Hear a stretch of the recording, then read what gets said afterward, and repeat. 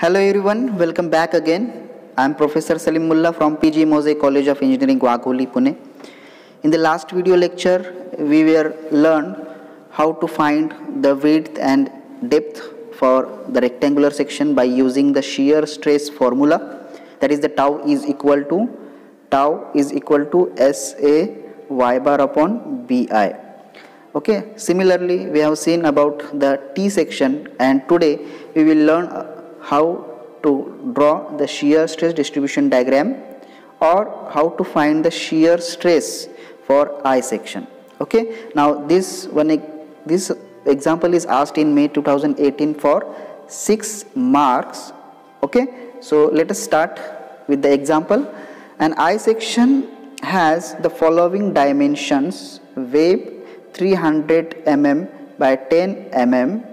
Okay. Flange 150 mm by 20 mm. That means wave is given 300, depth and width is 10 mm. Flange is given 150 mm width and 20 mm thickness, that is depth. Okay. Similarly, this is the flange and this is the wave. Okay, these dimensions are given in the problem. The beam is subjected to a shear force of 44 kilonewton. That is the value of S is directly given here. 44 kilonewton. You can convert it into Newton. Draw the shear stress distribution diagram over the depth of the section. They are asking, draw the shear stress distribution diagram over the depth of the sections. Okay, the I section is given. The width, that is the size of its flange, is given here, and size of wave is given here. Okay, again shear force value is given. Let us start how to solve this example. Whatever the data is given, note it down. Okay, now from the given data you can draw the I section. Now this is the flange, this is the wave. As per the given data, draw it. Okay. So, as I section is symmetrical, position of neutral axis from bottom, y bar is equal to 20 plus 300 divided by 2 is equal to 20 plus 150. Okay. Now I section जो है वो symmetric है, इसलिए जो भी neutral axis आएगा वो depth के हाफ पार्ट में आएगा. ओके. तो हाफ पार्ट कितना हो गया, मतलब ये 20 प्लस 300 प्लस 20. ओके. तो y बार की वैल्यू बॉटम से कितनी आएगी, 20 प्लस 300 डिवाइडेड बाय 2 आएगा. ओके. और ये टोटल वैल्यू, ये जो टोटल वैल्यू ऐड करके डिवाइडेड बाय 2 भी किया तो भी चलेगा. Okay. So y bar is clear. Now then moment of inertia. अब moment of inertia I section का फाइंड आउट करने के लिए सबसे पहले क्या करना पड़ेगा, आई सेक्शन को ड्रॉ करेंगे. आई सेक्शन को ड्रॉ करने के बाद मोमेंट ऑफ इनर्शिया, ये अगर यहाँ पे पूरा का पूरा हमने रेक्टेंगल कंसिडर किया तो इस वाले पार्ट का जो मोमेंट ऑफ इनर्शिया हमें क्या करना है, माइनस करना है. इसलिए यहाँ पे मोमेंट ऑफ इनर्शिया का जो फॉर्मूला है वो इस तरह से आएगा, capital BD that is the width, overall width and overall depth of the section, minus BD cube. अब यहाँ पे स्मॉल b क्या है, स्मॉल b क्या है, ये कैपिटल वाला जो b है ना उसमें से इतना वैल्यू माइनस किया है. ठीक है. तो सॉरी, वेव वाला जो वैल्यू है उसको माइनस करने के बाद ये वाला एरिया हमें मिलता है. ठीक है. तो b माइनस 10 किया तो स्मॉल b की वैल्यू आएगी. ठीक है. सिमिलरली d की वैल्यू भी ऐसे ही कैलकुलेट करेंगे हम. ये वाला जो d है स्मॉल d, उसकी वैल्यू भी हम ऐसे ही कैलकुलेट करेंगे जैसे यहाँ पे है 300 माइनस 300 जो है उतना ही d रहेगा. यहाँ पे ये जो इतना है विड्थ है उतना ही, बस ये वाला पार्ट हम क्या करेंगे, माइनस करेंगे. याद रखें, it is very important when you calculate the moment of inertia for symmetrical I sections. First consider the overall depth, okay, and then minus small depth, that is small width and depth, BD cube upon 12. Okay, this is the formula for finding the moment of inertia. Okay, put the values of required essential particulars and then find out the moment of inertia. Okay, then now shear stress at junction of flange and web। अब यहाँ पे कहाँ पे हमको shear stress की value find out करनी होती है? फ्लेंज और वेब के बीच में एक जंक्शन है, ठीक है।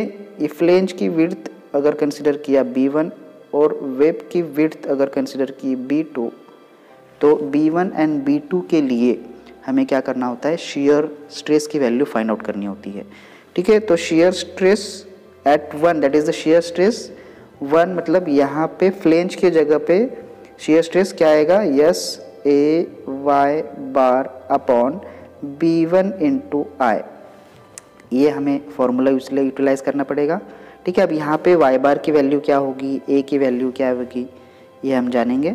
उसके बाद टाउ टू, यहाँ पे फॉर्मूला वही रहेगा SAY बार, बट यहाँ पे B2 कंसिडर करेंगे। याद रखें B2 मतलब फ्लेंज की विड्थ कंसिडर करेंगे, ठीक है। सो SAY bar upon B1 I, ये वैल्यू टाउ 1 और टाउ 2 के लिए होगी।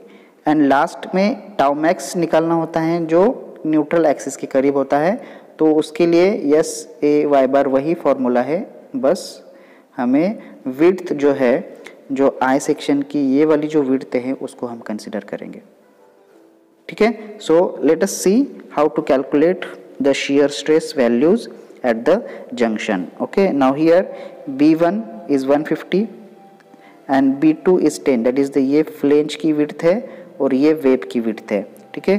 देन एरिया फ्लेंज का कंसिडर करेंगे 150 बाई 20, 3000 mm²।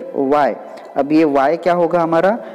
y जो होगा न्यूट्रल एक्सिस से लेके, देखो यहाँ पे आप देख सकते हैं y क्या होगा फ्लेंज के लिए, टाउ 1 हमें फाइंड आउट करना है, तो यहाँ से लेके इतना जो डिस्टेंस रहेगा, जैसे कि 300 डिवाइडेड बाई 2 मतलब ये 150 प्लस ये 20/2 मतलब यहाँ पे 20/2, इतना डिस्टेंस हम क्या करेंगे? y, जब हम स्ट्रेस 1 फाइंड आउट करेंगे वहाँ तक, ठीक है। अब नेक्स्ट, तो यहाँ पे आपको समझ में आई ये सारी चीज़ें, तो y इस पॉइंट के लिए ये रहेगा। तब टाउ 1 क्या होगा? SAY अपॉन B1 I, मतलब यहाँ पे y ये इस्तेमाल किया हमने, और एरिया जो है ये वाला इस्तेमाल किया फ्लेंज वाला। B1 मतलब यहाँ पे 150 हमने फ्लेंज का विड्थ कंसिडर किया, वहाँ पे पुटअप किया, और टाउ 1 की वैल्यू एज 0.80 न्यूटन पर mm² कैलकुलेट की, ठीक है। This is the shear stress at flange. अब shear stress at junction width जो रहेगी हम क्या पे करेंगे? टाउ 2 की वैल्यू किस तरह से वेब के लिए, तो ये SAY upon B2 I, y की वैल्यू सेम ही यहाँ पे जो हमने फ्लेंज के लिए डिटरमाइन की थी वही रहेगी, याद रखें, it is very important. And यहाँ पे B2 की वैल्यू सिर्फ यहाँ में हमने 10 डाल दी और ये वैल्यू कैलकुलेट की। सो दिस इज टाउ 2, तो ये वैल्यू जो होगी tau 2 shear stress at the junction 1 and tau 2 shear stress at the junction 2, that is web.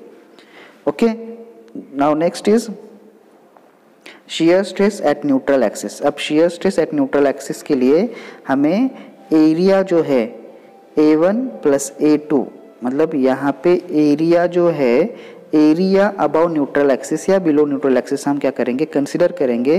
तो ये वाला जो पार्ट है moment of inertia neutral axis, तो ये वाला जो पार्ट है इसका एरिया, ये वाला एरिया कंसिडर करेंगे और ये वाला एक एरिया कंसिडर करेंगे, ठीक है। तो यहाँ पे टोटल एरिया जो होगा A1 प्लस A2।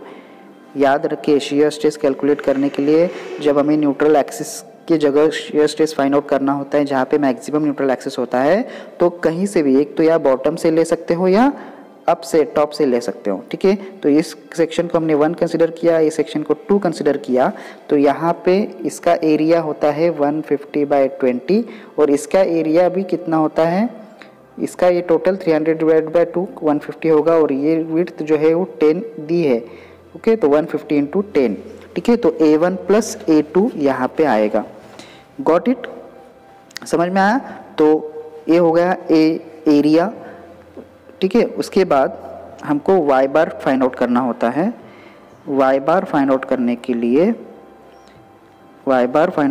लिए ये वाला फॉर्मूला यूटिलाइज करना है, position of neutral axis of area above. जो भी हमने एरिया कंसिडर किया है आई सेक्शन में, जितना भी हमने एरिया कंसिडर किया है, ये वाला न्यूट्रल एक्सिस, ये वाला एरिया कंसिडर किया है, तो उसका जो पोजीशन है उस एरिया का, ये कहाँ से कहाँ तक होगा, तो वो वाई बार फाइंड आउट करने के लिए इसका ये फॉर्मूला यूटिलाइज करेंगे। a1 y1 plus a2 y2 divided by a1 plus a2। It is very important, ये समझ में नहीं आता, सारे बच्चे पूरा आई सेक्शन का यहाँ पे a1 y1 a2 y2 लेते हैं। तो यहाँ पे वाई बार पर्टिकुलर न्यूट्रल एक्सिस की जगह स्ट्रेस फाइंड आउट करने के लिए हम यूटिलाइज करते हैं ये फॉर्मूलेज को, ठीक है। तो a1 क्या होगा 150 इंटू 20 इस फ्लेंज का एरिया, a2 क्या होगा इस इतने ही पार्ट का एरिया रहेगा, इट इज़ वेरी इंपॉर्टेंट।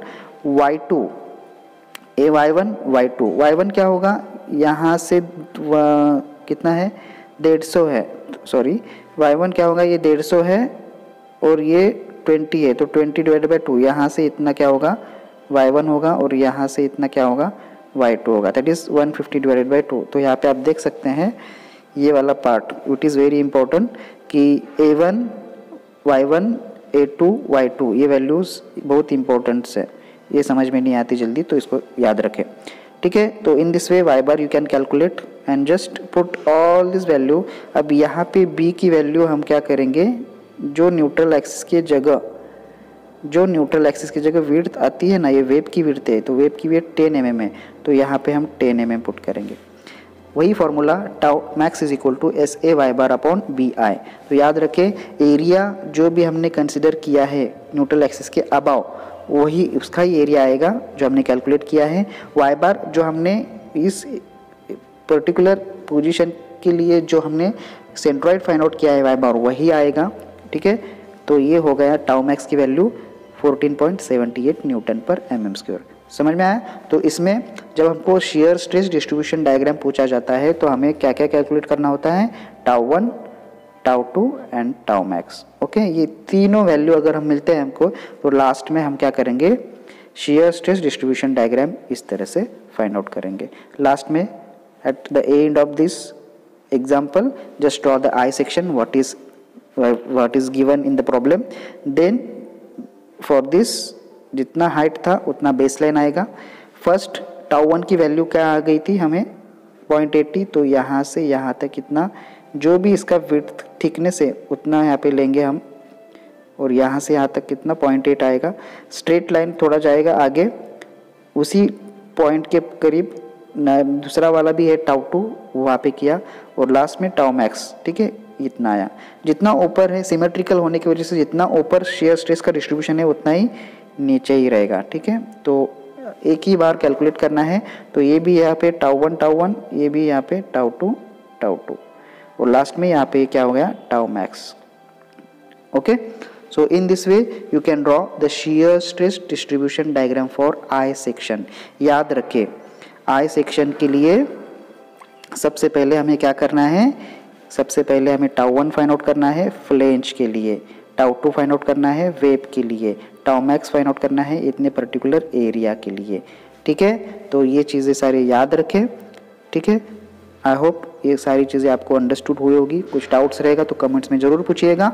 फिर मिलेंगे नए टॉपिक के साथ, तब तक के लिए अपना ख्याल रखें। धन्यवाद।